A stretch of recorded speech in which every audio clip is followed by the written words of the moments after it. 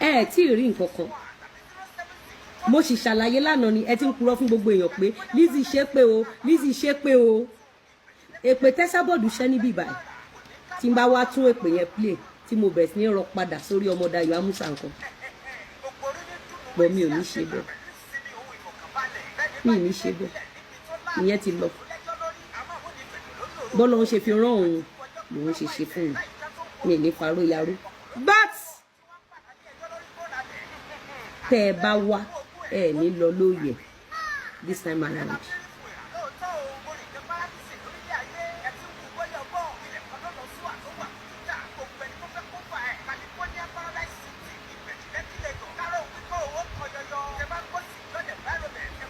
Mo ní evidence fún every action tí n bá take.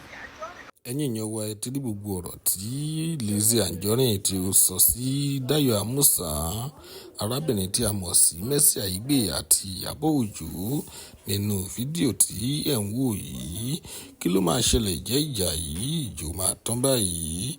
A kò tiẹ̀ mọ̀. Ẹ̀yin èèyàn wa ẹ jẹ́ ká tẹ̀síwájú nínú fídíò náà. Ẹ má ṣe gbàgbé láti tẹ subscribe button kí ẹ tó máa lọ.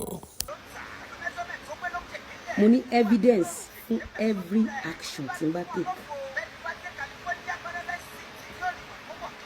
Kí ni mo sọ fún yín? Mo post fídíò IYABO Ojo kan láàárọ̀ mo rí share. Èmi tí ẹ̀kọ́ ni mo rí share pàṣẹ. Ìkan náà àwọn admin wa lórí share sọ́dọ̀ wa. So I saw it.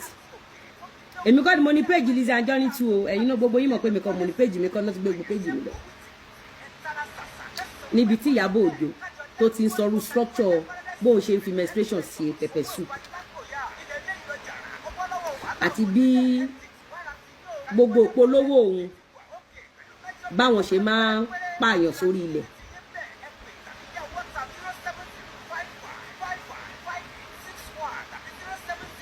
Ní 2019 tí Esabod ń ṣe kéèsì àwọn ọba Ifẹ̀ ọba Ọ̀yọ́ ẹ jẹ́ ká sọ pé ọba Ifẹ̀ àti Alhaji Wasiu Ayinde ẹ fún mi níbi tí mo ti lọ comment sọ́dọ̀ Esabod.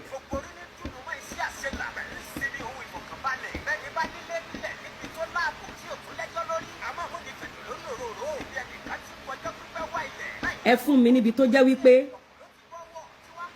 ìkan nínú wọn ti níṣòro mo wá lọ rẹ́rìn síbẹ̀. Ọdún èpè tẹ́sábọ̀d ń ṣe níbí síwájú ilé ẹjọ́ àbí wájú police station tí ti máa submit ọdún èpè bí tẹ́tí lọ rẹ́rìn tí ò ní justify bá gbé èpè tí ń bá fáwọn ọmọ ní yíyọ ẹkùn mi tó jókòó sọ ẹ má rò pé nítorí pé ẹ fẹ́ kọ petition gbogbo àwọn petition tẹ́ ń kọ yẹn I saw everything is nothing. Mo rí gbogbo group petition tẹ́ ń kọ ẹ tí pọ̀ tó. Mo rí gbogbo bẹ́ ṣe move mo rí gbogbo àwọn offices tẹ́ ń lọ ẹ pọ̀ tó. Torí kò sí ilé ẹjọ́ àbí police station àbí ọ́fíìsì tẹ́ fẹ́ lọ àwọn human rights tẹ́ lọ́nbá tó bá yín kọ lẹ́tà wọn ò tí ì rí àwọn evidence tẹ́ ṣe. Mi ò dẹ̀ ní time ẹ jẹ́ kí gbogbo pàdé nílé ẹjọ́ ẹ jẹ́ ká pàdé ní court ẹ jẹ́ play video but torí pé o ṣẹ̀ mí lánàá mo forgive ẹ tó o bá padà wá màá rún ẹ beyond expectation. Aya wa máa sọ pé àṣebọ̀rọ̀ kékeré náà sọ mo ti ní ẹ nínú tẹ́lẹ̀ mo kàn mọ́mọ́ fi ẹ ya Ọlọ́run ni.